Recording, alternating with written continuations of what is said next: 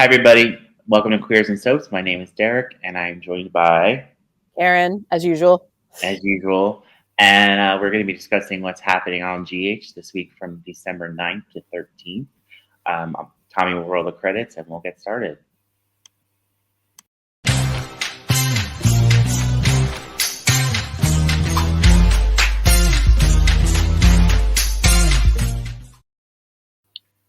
So this week was pretty epic. I really enjoyed it a lot. It was a lot of fun.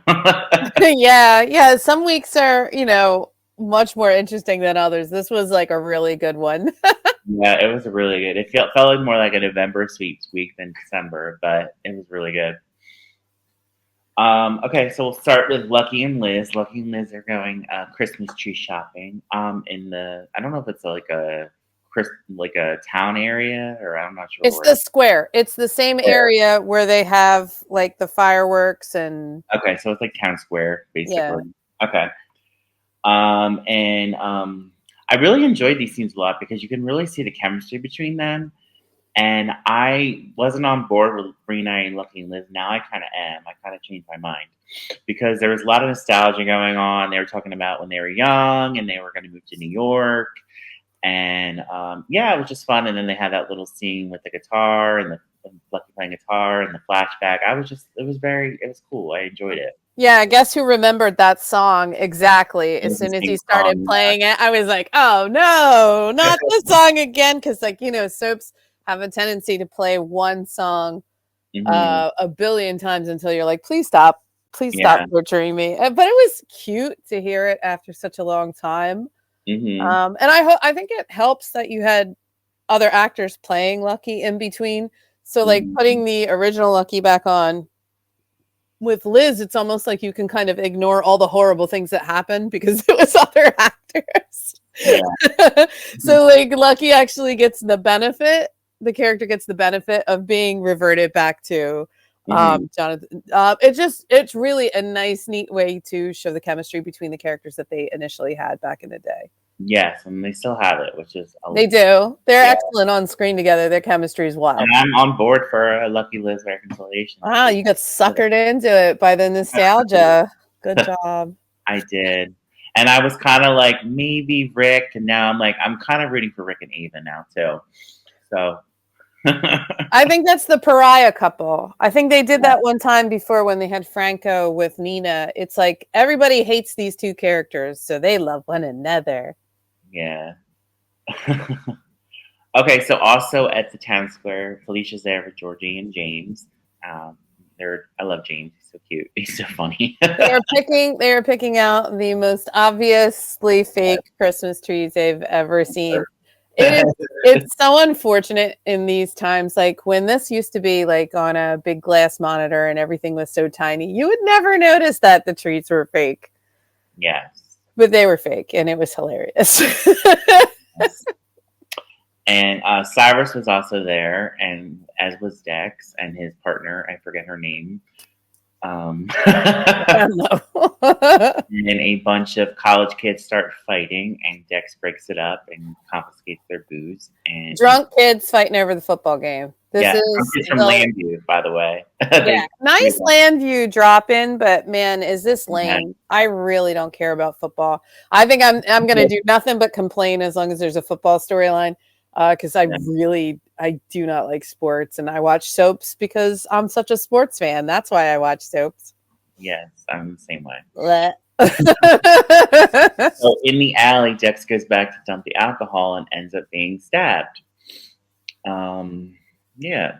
I think the important part about this is that earlier on, Cyrus is like, he's actually doing the donation thing. He's basically the Red Cross or whatever, Salvation Army. He's got the bucket and the bell. And Dex has a conversation with him that basically goes, I knew you were in the hospital on Halloween. And Cyrus doesn't seem pleased by this. They just kind of have a little tete-a-tete and go back and forth. And then this stabbing seems really, really convenient. And I thought he was instantly dead because where they position the blade for the stabbing, the very quick stabbing, is his kidney. Right. And that'll kill you in a couple minutes. Not even. Yeah. But it was, Dex seemed fine. Everything was fine. He was taken to the hospital. It In was a whole hospital, thing. to visit him. He seemed fine. Happy. Yeah, happy. Like, the doctors expect him to make a full recovery. Yeah, because the doctor actually said that because of his ribs, the position of the knife where the ribs is, it skittered and missed the kidney. So it was a kill shot. They were trying to kill him. Definitely a kill shot, yeah. Yeah. But he unfortunately passed away mysteriously at the end of the week. So drag this out. Can we talk about how they dragged this out though? Because drag it out. I was so sad. I was so excited that he survived the stabbing because I actually like Dex. I think he's never really gotten a storyline, and I always thought it would have been fun to make him AJ's secret child. And I feel like it's a complete waste to kill him. Remember, I still think that killing characters at this point, when you have such a small cast, is a stupid idea. So I was miserable about this idea. I know the actor said that he was called on for like a couple months and he got like 2.5 years, so he's fine with it. But yeah, but like he was so sweet, and he was calling back and forth with Jocelyn, and they were laughing and talking and making plans, and I was like, oh no, he's never going to survive this week now. Yeah.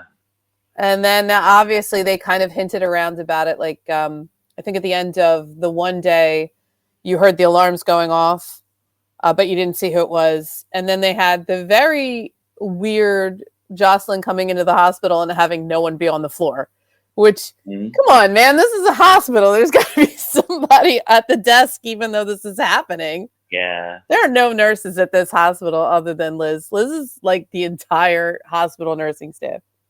Right. And there also was a big reveal. Cyrus injected Sam with Digitalis and caused her death. Yeah, we already knew that, though. Every single one of us knew that. We all figured it out, yeah. Like, we're like, who else would do it? Yeah. There's no one on the canvas now that hates Sam enough to murder her.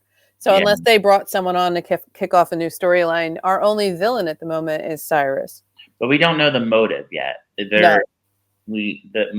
have two guesses on the motive. Okay. One, that he didn't want Lulu to live, and so he took out revenge on her. And the other one is he wanted Lulu to be happy with Dante, so he killed Sam. Those are both insane enough to be accurate. So I don't know. I don't know. To me, it seemed like he didn't want Lulu to survive. I think so too, especially with that flashback they had a couple weeks ago. And also with the idea that he was going to immediately take her out of the hospital and move her to some secret place in the Carolinas. Mm-hmm.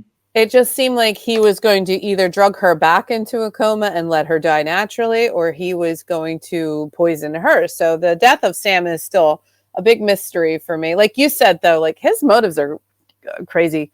So maybe that's it. Maybe he was so mad that she helped Lulu that he decided to kill her. Or maybe he decided to kill her so that his niece could be with the man she loves, which is Dante. Right. Maybe. We don't really know. Those are good options, though. Yeah, that's the only options I can think of. And I can't think of any other reason why he wants Sam dead. But all right, so since we're talking about Lulu, we'll get into Lulu. Lulu is on the hunt for her daughter, Charlotte, as any mother would be. And she bursts into Nina's office, and Nina tells her that she cut ties with Valentine. She doesn't know where he is. And I kind of didn't like Lulu in these scenes. Really? I didn't like Nina. Nina had no sympathy, considering Nina spent 20 years in a coma. Well, Nina never has sympathy, so that didn't shock me.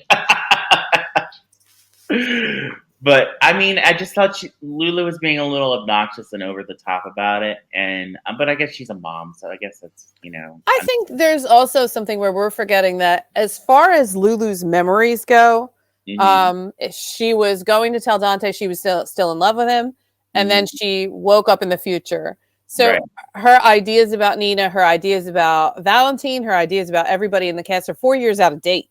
So in her mind, Valentine and Nina are thick as thieves. So obviously she would know where her kid was, and that Nina is and always has been kind of a bitch. So she just came in hot. Right. And I'm not against it. I can see what you're saying, but at the same time, I feel like we need to remember what Nina was like 4 years ago versus now. And that's how Lulu's reacting to her. Yes. And she definitely has every right to do so. And he comments on it. She's like, 4 years have passed and the things aren't the same as you think they are. We're not even close anymore. But at the same time, girl, you were in a coma for years, for decades. And Nina even suggests you talk to Anna because she was in a relationship with him before he left. So. But she does it in a snotty, rude way, and she ends up calling security on her, which is absolutely outrageous.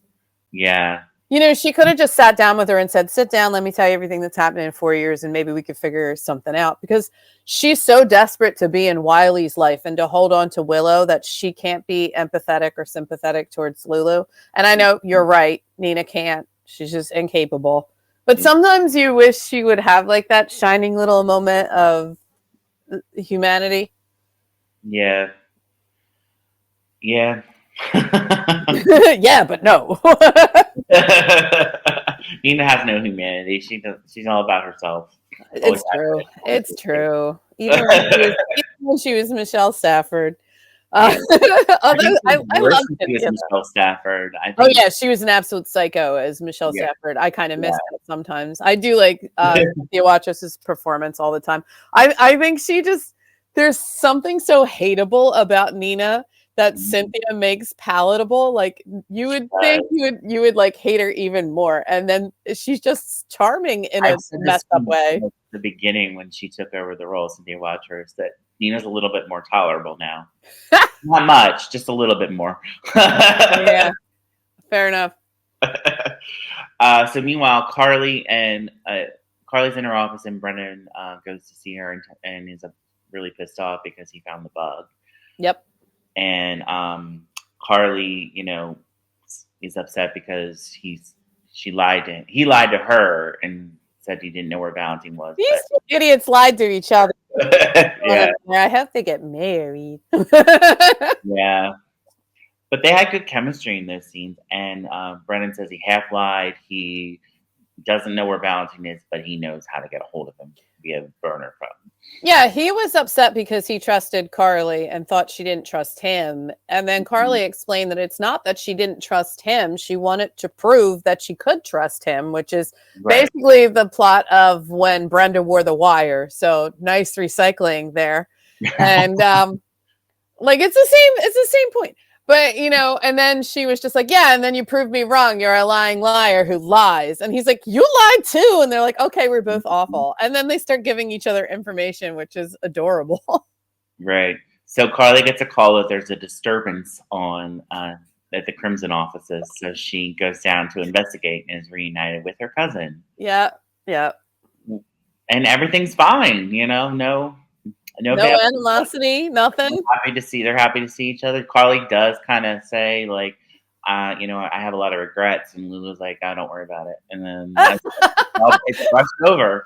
The funny thing about that is such a Spencer thing to do. It'd be like, oh, okay, whatever, we'll deal with that later. But right now, I'm dealing with this Charlotte thing, and Carly's like, oh yeah, you're dealing. We both hate Nina. That's cool. Right. Exactly. And. Carly offers to help Lulu, so she takes her up to Brennan's office so they can try to, figure out. Yeah, and she basically bullies Brennan by saying, like, here's Lulu, tell her to her face, you don't know anything. Give her the number. Yeah.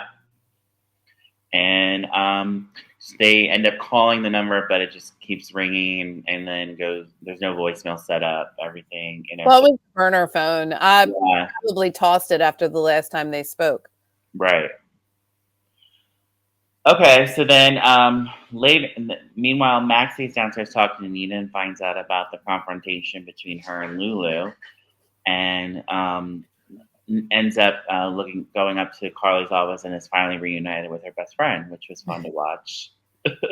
Yeah, voice of the people. I liked. Go ahead. I don't know. Maxie kind of glossed over the last 4 years. She's like, "Yeah, I'm with Spinelli.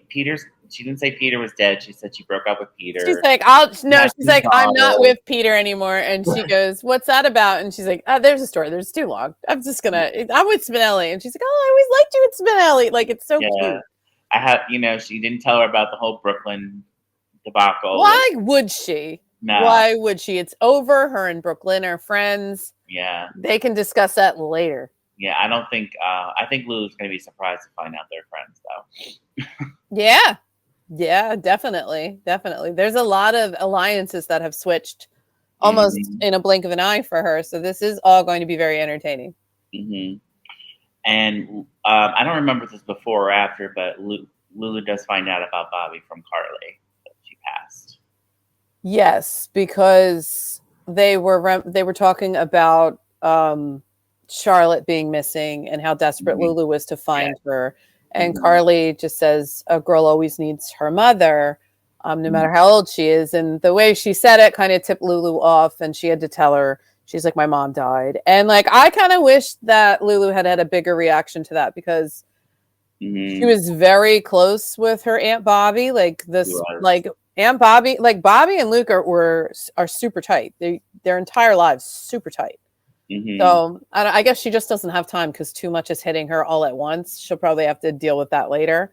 Right. That was tough. I know. I kept telling you, I was like, no one's told her about Bobby yet. I kept saying that to my mom. I'm like, when is someone going to tell this poor girl her aunt's died? And I was wondering if Laura told her off screen, but nope, Carly told her. I think Laura was trying to deal one blow at a time, and finding out she'd been in a coma for 4 years, finding out that Luke had died, there's Sam had died. Like there was a lot of information that's all at once. Yeah, they're putting all this on a plate. And also one of the things is that like Bobby died over a year ago. So like, as much as you want to be like, they're going to tell her everything right away, like they're real people with real lives, soap lives. But like things have pushed off for them. Like Laura's more focused on Charlotte. She's focused on Lulu. She's focused on Kevin and Ace. And like, even though she misses Bobby, it's not going to be something she mentions every single day. Right. So I think it's kind of along the lines of there's so much going on that things are going to slip through the cracks. But I am glad she knows now, because like, God, she has like no family left. It's a bummer. It's sad. So later, Lulu goes to Windermere, and Dante catches her there with his fellow officers, breaking in and trying to find clues to where Charlotte is. Okay, that was fun editing, because we did not know why the cops were breaking into Windermere. We just saw them breaking into Windermere, and then Lulu's just like, oh, hey, guys. Right. Hey, I'm here. And Dante's like, go home, everybody. I got this nonsense. And it was cute to see. I know she's never played Lulu before, but she sure does have chemistry with Dante, so that was enjoyable. Well, yeah, this Lulu is great. She has great chemistry with everybody. She acts like Lulu. She does. Yeah, I enjoy her. Except in that scene with Nina, I didn't enjoy her, but overall, I do enjoy her. Are you kidding me? Her scene with Dante, when she just finds that box and she just goes, well, I'm going to open it. And he's like, I'm not going to let you break into it. And she's like, I'm not going to break into it. I'm going to pick the lock. And I was like, again, Spencer moment. She just goes, boom, opened. And I'm like, every Spencer. Like, I learned how to pick locks before I learned something else. I forget what it was. Yeah, probably to walk. Like, Spencers are thieves. There was something like that. And they're like the Thieves Guild. Yeah, they're right. I love that. It kind of it gives a little more weight to Luke's legacy to see the children like exhibiting Luke problems and Luke mannerisms. Yeah, there's a lot of Luke in both the Lucky and Lulu. So there's a heck of a lot of Laura too. Like they're way more compassionate and they're way more level-headed than Luke ever was. Not that Luke wasn't compassionate, but he was a hothead. So yes, he was. All right, so let's talk about Sasha for a little bit. Sasha tells Maxie that she's going to keep the baby. Maxie wants to know if she can get in contact with the father, and she said no, just a one-night stand. I'm not really interested in contacting him, even though we all know the father is Michael. Yeah. Let's see. Sasha's like really needs an actual friend, because she's literally burned her bridge with Willow to the ground. Yes. Not that this iteration of Willow deserves any sympathy at this moment. She's running around crazy. And Willow even walks in and they just kind of exchange cold looks, and that was it. And yeah. Maxie's like, well, what happened with you and Willow? And she doesn't really want to get into it. Yeah, but I mean, it's ridiculous, because okay, she saw them kissing and she told her boyfriend at the time. There was no reason for her to believe that she would find out her boyfriend was her cousin, and then her cousin would get drunk, go to a bar, and accost Drew. Like, there's no way she could have come up with that scenario. And Willow's absolutely ridiculous, because she's pushing all her blame outward on other people. I'm like, you're the one that kissed somebody who wasn't your husband. Yeah. but also feel a little guilty. You slept with her husband. Yeah. No shame, kids. All right, so let's talk about Curtis, Drew, Michael. At Curtis really tries hard to get Drew to come clean about not making him CEO. He really tries really hard, and Drew kind of glosses over. It's like, yeah, well, when we get closer to the date, I'll make sure it happens for you. And Curtis is like, I trust you, but Curtis knows exactly what is going on, and he tells Michael that he's going to go after Drew his own way, and I don't know. I think Michael respects that. Yeah. Because Curtis told him previously that there's no reason to tear Aurora down to get Drew. They could get Drew in another way. Right. And Michael's like, okay. And he later even confides to Jordan about this, and Jordan gives him some good advice as well. It gets him into a little bit of a pickle because he had told Jordan previously a little bit about thinking he was going to be screwed. So now he has the proof. So obviously he confirms it with her, and they talk about it a little bit. But that gets him into a scenario because Portia comes in and catches him talking to Jordan. Right. And even though he immediately tells her everything that's going on, she's still got a little streak of that jealousy going on. She seems really uncomfortable with the idea of him talking to Jordan. And she seems, even after he immediately goes, I just need a confirmation. That's why I talked to Jordan first. So I'm telling you because I'm not hiding anything from you. And everybody knows how important the truth is to Curtis. So he is literally telling her everything she needs to know. And she's still looking at him like I don't know. She's hiding something, or like she's like she has something to worry about. And I think at this point in the timeline, she doesn't. But I think she's going to be the architect of her own demise because you know how Portia gets. Yeah. And we also say that Donnell looked amazing in that purple suit. I don't know what it is about people wearing purple in the show, but I'm a big fan, and he looked great. He did look really good. Yeah. Yeah, very handsome. Okay, so let's get into Anna, Jason, and Spinelli. Well, we were talking about Valentine earlier. So Jason takes Valentine and holds him hostage. Oh, no, Martin. I'm sorry, did I say I meant Martin? Yeah. Again, this is another fun scenario where we kind of like just jump in the middle, and like Martin has been kidnapped by Jason. Yeah. And he's even saying, he's like, what, are you not going to tie me to the chair? I've been kidnapped. What's going on? And they are just like, shut up. And Martin is surprised to know that Anna is involved in this as well because she wants the location on Valentine. And Martin assures her that he doesn't know anything. He doesn't know anything. However, Spinelli, I think, now did they get the bank account information from Martin? Because they threatened to kill him. Mm-hmm. And Martin is like, what are you going to do if I don't have any information? What are you going to kill me? And they don't answer. And he's like, crap. He's like, listen, you can take my phone, all the bank information, everything's on there. He's like, just take my phone. But if you don't find anything there, what are you going to do? Right. And they just, again, they don't answer him. They're not going to do anything to him. They're just trying to scare him for information. So they give the phone to Spinelli, and Spinelli tracks the bank to figure out where Valentine is. And meanwhile, Carly comes in because it's her week to be involved in everyone else's storyline. And she loves to give Jason a hard time. Yes. Which I love too. Spinelli determines that Valentine just made a withdrawal in Zurich, Switzerland. So.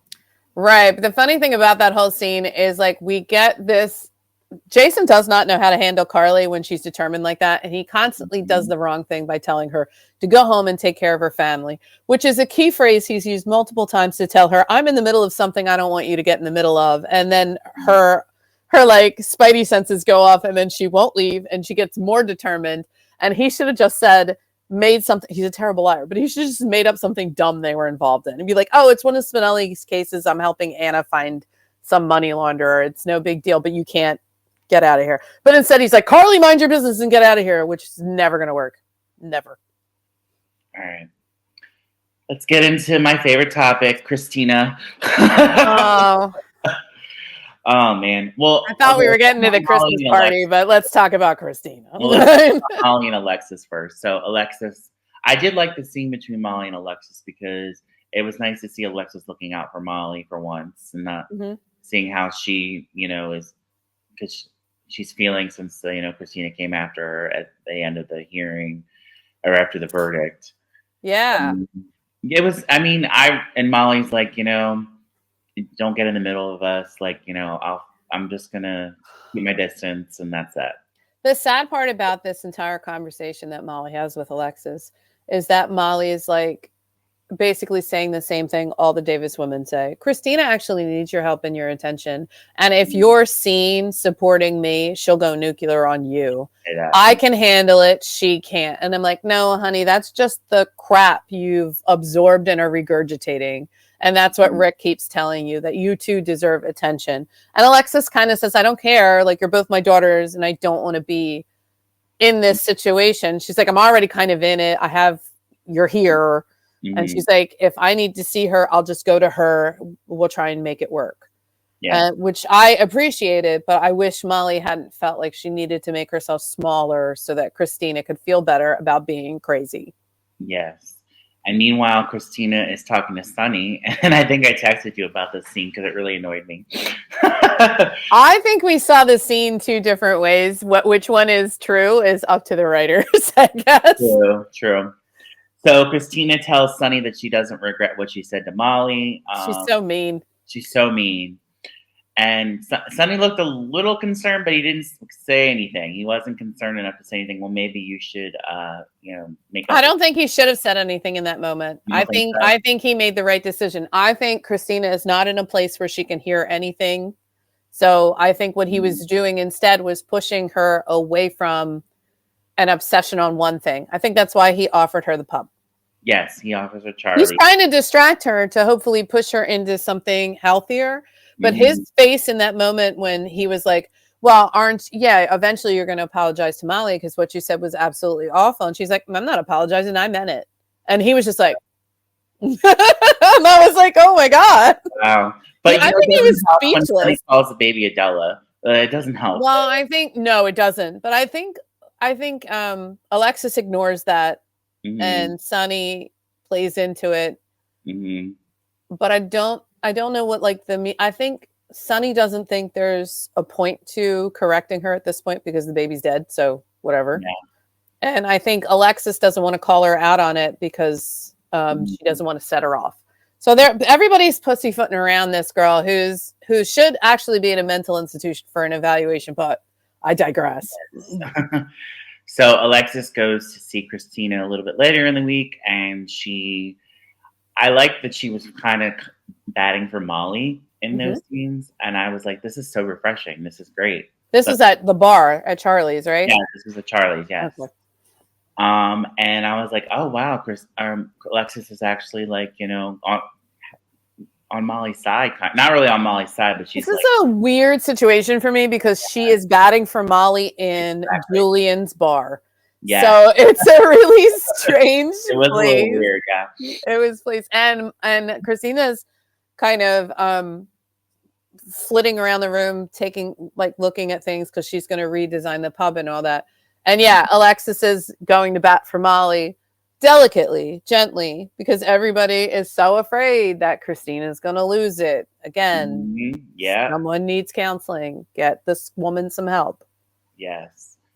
And then she also explains to Christina that it's not Molly's fault, that she grieves differently. And I really like that. And because TJ and Christina are basically doing the same thing to Molly. They don't accept the way she grieves. Yep. And we've been saying that for weeks. It's just that Molly grieves differently. And for whatever reason, TJ finds this 100% unacceptable. And now we're finding out that TJ and Christina are basically on the same page, that if she's not making dramatic overtures and crying and screaming and pulling her hair out and being a complete mess, that she doesn't care, that she's a robot. And it's heartbreaking because Molly is probably the person who's been hurt the worst by all of this. And she's been told she can't even grieve properly. Yes. And I don't like the fact that Christina said, well, I was right. They were going to break up. And I was like, no, you weren't right. And Alexis even tells her that, which I love. He's like, no, it's not. You couldn't have known that, they were. The death of a child is what broke them up. Exactly. And that's what she said. Yeah. And Alexis is right. Because in scenarios like that, it is really hard for the couple to stay together when a child dies. Right. And then Christina's like, well, I was right to keep Adela. And I'm like, no. Honey, nothing you've done in 2 years has been right. I don't, No, I don't know what you're thinking. You I should just, never have thrown Blaze away. You've done everything wrong. I don't understand your behavior.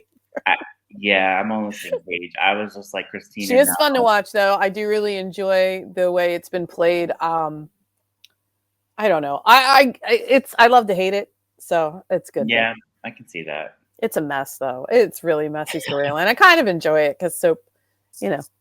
Yeah. All right, so let's get into Trina and Kai a little bit. So I don't care. I do. No, I don't care.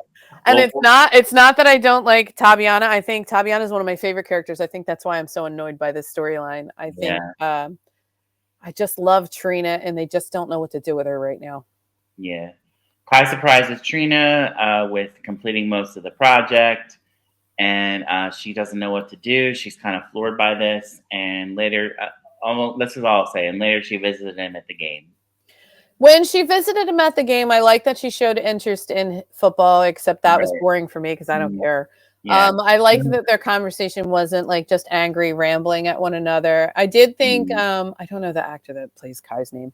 I think he was very cute in the scene. I found myself liking him a lot better in the scenes where he was just kind of being himself and not like I think both of them were putting on acts and now they're starting to act like real people, which Mhm. which I did enjoy. I just this whole football storyline is just I don't know. It's a little juvenile for me. I don't care. I hate sports. Come at me if you like football and this is really adding to your soaps experience. My apologies, but bleh, not for me. I think you either like soaps or you like football, one or the other. I don't know about that, but if you comment, if you like both football and Yeah, soaps, yeah. tell me if you're enjoying this storyline because you like a little bit of your sports sprinkled in. I know Port Charles has a thing for softball games Mhm. because we're always playing softball, but we really do just kind of stay away from the sports for the most part. Yeah. Not since the Sports Center in the '80s where we had boxing. All right, so Ava, Rick, and Lucas then essentially comes to the rescue. This Ava, is weird. Is this not weird? You didn't think this? I thought it was weird. I was like, why would you call Lucas? Like, what? No. Why? Like when the accounts were Yeah, that was so bizarre. yeah. Well, first I didn't know what was going on because Ava's card was declined, and then Rick got a notification that his checks bounced, and then his account was frozen as well. But apparently, Ava lost the Cassadine fortune. But who took it back? Which Cassadine? And how did they take it back? Yeah, Nicholas is in jail, so how is Nicholas is in prison. Yeah, Is Victor dead at the moment? I'm gonna put he quotation died. marks on that. Mhm. Yeah. No, he didn't die. He's a Apparently. Cassadine. You think Cassadines can die? Mhm. Or is this Valentine? Is this part of Valentine's return to the canvas? I have a feeling it's Valentine. But the thing is, they're having a celebratory dinner. Ava looks amazing as usual, Mhm. beautiful blouse with a like kind of bowy. It's really pretty, and they're starting to flirt and connect. Mhm. And I'm enjoying the crap out of this. And Mhm. then they have this snooty. I don't know if he was the maitre d' because I don't think he was the waiter. He was a Comes snake. over and Yeah. he's just like, "Yo, all your cards are declined. What the He- hell?" He's like, "Are you gonna pay for this? Are you gonna?" Oh, he's real snotty. He How was are you gonna pay definitely for a Carly hire. Like Carly hired that guy immediately. She was like, Yeah. "This guy will yell at rich people to get their money, give Mhm. him the double salary." So like this guy was like on point. And then when Rick's card declined, I was like, "What is this involved in?" And then like Rick was saying, "It's like, oh, it's probably because you gave me that check and it bounced, and now But there's like a hole." normally if you get a bad check from somebody, your account doesn't get frozen. No, it doesn't. So I'm not really sure. I don't know. Maybe they put a hold on it thinking there was some kind of fraud. So his stuff was Mhm. frozen to protect his accounts, you Possibly. know? Yeah. So anyway, Ava does call people to help her, and no one comes except Lucas. And Mhm. he's adorable. He comes in and he's just like, "Please tell me you didn't call me in here just because your card declined." And like he's just so cute about it. But then he realizes that she's worried that because she just got out of court case and all that, this would look really bad on her. And he understands that. And he literally just handed the guy his card when he walked in. He didn't care. He's a doctor. That bill was $600 and something. Rich people. Yeah. And then he just sits down. He's like, well, normally I wouldn't do this, but I'm starved. And he just orders another bottle of champagne. And I was like, you know what? This is delightful. I love his interactions with Ava. It's so sweet to see her have a family member that likes her, other than Avery, obviously. Right. It's so cute. I love it. All right, let's get into the best storyline ever. Yes. The Quartermaine Christmas party. You mean Thanksgiving that was pushed off? Yeah. Now I don't get to see a turkey go into the fireplace, and I'm pissed. Yeah, basically. I think this is a recycled version of Thanksgiving. It would have been so epic if they did this for Thanksgiving, though. So Tracy throws a Christmas party. Yeah, it would have been an epic Thanksgiving episode. It's okay as a party. It was still pretty epic. It just really should have been the Thanksgiving episode. Yes. I can't believe there's no Thanksgiving. I'm going to be bitter until next Thanksgiving, I think. Yeah, me too. Yeah. So, let's see. Michael was streaming the game on his phone. Okay, so let's start a little earlier than that. Okay. Everybody is having a party in the living room at the Quartermaines. They never show any other rooms other than the kitchen, which is crazy. That place has 14 bedrooms and 2 wings. So they're all having a party, and they're already Willow is kind of coming in and going right to Drew, which, if you wanted to save your marriage, girl, what are you doing? Like, she's just ridiculous. Sasha is serving a bunch of hors d'oeuvres. Trina's there. Jocelyn's there. Gio's there. You got Ned and Olivia. You've got Tracy, who's mad because these people are not having a proper party. They're trying to watch a football game on the TV. Right. So she tries to get the football game off the TV, which messes up cable somehow. I just think rich people don't know what channel buttons are, so it probably went to like input 2, and now they can't get the channel back. And they're all in there, and it's very tense. So Michael offers to get the game back on with his phone, and this is where the trouble starts. Yes. Go on. I know you want to tell this part. No, you're good. So Michael starts streaming the PCU game on his phone, and I don't know why he decided to do that, but because he was concentrating on the game and not thinking anything else would happen, like a typical. So Ned and Tracy get into it, and Tracy turned off the game. Ned turns it back on. So Tracy grabs Michael's phone and tries to put the game back on, but instead she starts playing the video of Willow and Drew having sex. And then Ned and Tracy got the best Christmas present ever because Ned could not stop smiling. He was enjoying this. Like, this is the best present he'd ever gotten in his life. I love Ned's reaction. It was great.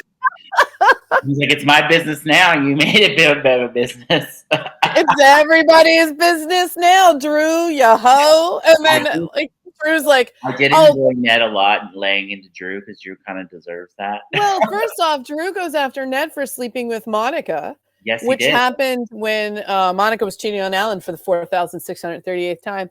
And like Ned was, I think he was like an instructor. I think he might have been a tennis instructor at the time.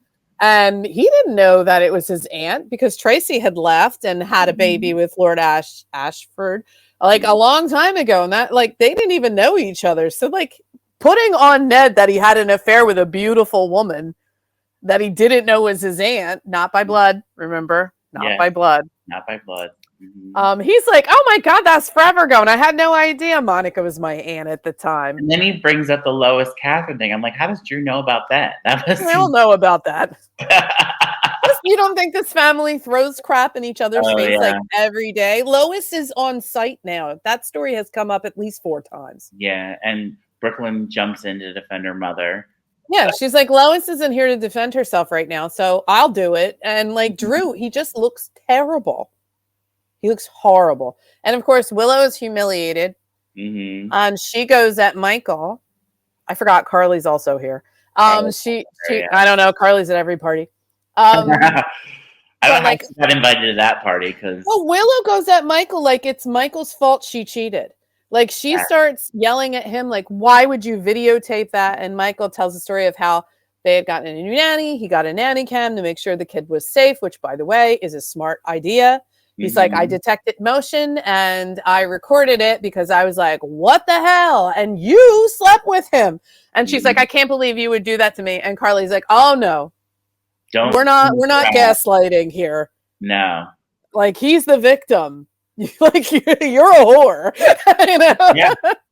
Exactly. Of course, it's always ironic when Carly calls anyone else like slutty or hoary or bad. I was Team Michael Carly. The whole time. Willow, the way Willow like was kind of trying to gaslight him really annoyed me. Yeah, she was playing the victim in a scenario where she was the abuser. Like she was the one that lost control of herself. She's the one, and like I know that Michael wants to put more blame on Drew than on Willow because he loves her. But it's just a scenario where she cheated. She chose to cheat. She chose to kiss Drew twice and have sex with him. And even if they're like, oh, it was because Sam died and and I liked how people were like, you don't give a crap about Scout at all. You're scum. And he's like, how dare you? Blah, blah, blah. But anyway, it was amazing. Quartermain shenanigans everywhere. And Trina made the teenager, no, they're not teenagers anymore, they're 20s. They made the young adults leave the room. And I'm like, what the hell? I was with Joss when Joss said, that's my brother. I want to be in there. I would have gone right back in. Yeah. But then she gets the call about Dex and she heads out. No, she goes to see Dex. She doesn't get a call about him at all. Right. She went to see him. She's like, well, if this is what's going on, I'm going to go see Dex. Right. And she heads to the hospital. And the Quartermains fall out. And then Nina, who's horrified that Drew was sleeping with her and with Willow, but also realizes that in this scenario, Willow has no money outside of the Quartermain money. Yeah, she has nothing. So Nina rushes her into the gatehouse to pack the kids up and try and steal the children. Yes, and Carly stops them. Oh my God, this is my favorite. Okay, Laura, right? You were killing it. This is my favorite Carly scene all year when she just stands there and goes, I hope you weren't trying to steal Michael's children from him. And I was like, yes. Yes, I enjoyed that a lot. Yeah, Mama Bear time. But you know what? I don't think Willow would have done that if Nina hadn't like bribed her to do that. I get why Nina wanted to do it. Because Nina was afraid. Like custody issues have been a thing for Nina for like years now with the whole Wiley thing and then the Willow thing. I just think that she believed that they would steal the children. Yeah. But at the same time, she's not wrong in the legality of it because Willow is the one who cheated. Obviously, they don't know that Michael slept with Sasha, but that was after she cheated anyway. So, and also Michael has the resources and the funds to take the children from her. Now, Michael wouldn't do that. Willow even says Michael wouldn't do that. But Nina's like, what if he does? We need to be in a better standing position. So I get what she was doing. But she could have just refused to leave the gatehouse and stayed with the children. Yes. Not take the children away to Nina's. Yeah, and what's that going to solve? Michael's just going to go there and get them. Like, yeah, they're both custodial parents. All he would have to do is like pick them up from school, and Bob's your uncle. He's in charge again. Like, I don't know. It seems like that's something for the lawyers to work out. They don't even know if they're getting divorced yet. Yeah, but it was really sad. Michael and Will haven't even really talked about it yet. They haven't talked about it at all. No. So why are they rushing to this conclusion already? Because Nina's panicking. But yeah. I thought it was really sad and sweet that both of them independently decided that they wanted to have one last Christmas together. Yes, they did. Before basically Michael was thinking divorce, and Willow was thinking about telling him about how she slept with Drew. Not knowing if that would lead to divorce or not. So I do like that they were both like, we were trying to give the kids one last happy Christmas. Yeah. Yeah.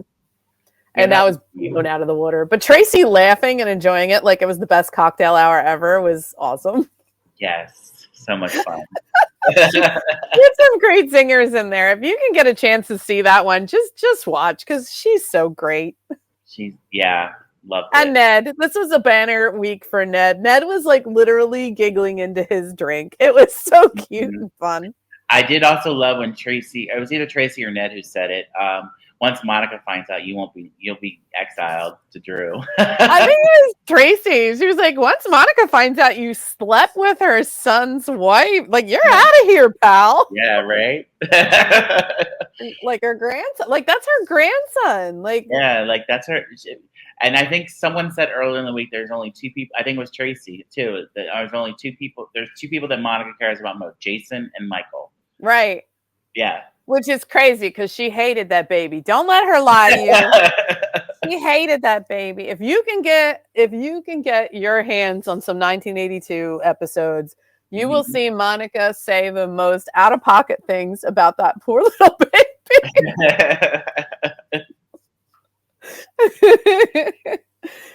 All right. Do you have anything else before we wrap this up? I think one of the things we didn't mention, but we should, is when Maxie confronted Nina about how she talked to Lulu. Tell me how she's not the voice of the entire audience when Drew came in and she glared at Drew's back like she wanted him to die, and then she like kind of rolled her eyes at Nina. Yeah, I love Maxie. She's the best. She I think on this show with all these crazy characters and different tax brackets and stuff, we have the poor characters, the regular characters. Maxie and Liz are like the working class hero characters. And if you lose them, I think the show would lose a lot of heart, because Maxie's standing around having trouble with bills and her having like be the voice of reason most of the time, even though she was like an off the wall crazy teen in early adult. And she's just like, why would you do this? You're going to wreck your entire life. Learn from me. And everyone's like, nah. Nah. We're just going to do what we want. That's why James is so entertaining. Like, she is raising one of the funniest kids on the show. Oh my God, yes. All right. So Karen and I are going to head over to Patreon and continue this chat, casting news, speculation. And also we have a clip of the week to watch. We had quite a few contenders for clip of the week this week. So the nominees are Cyrus Killed Sam, Lulu and Maxie Reunite, and the Drew Willow Affair is Exposed. So come and join us on Patreon and find out who won. All right. Thank you again, and we will see you next week.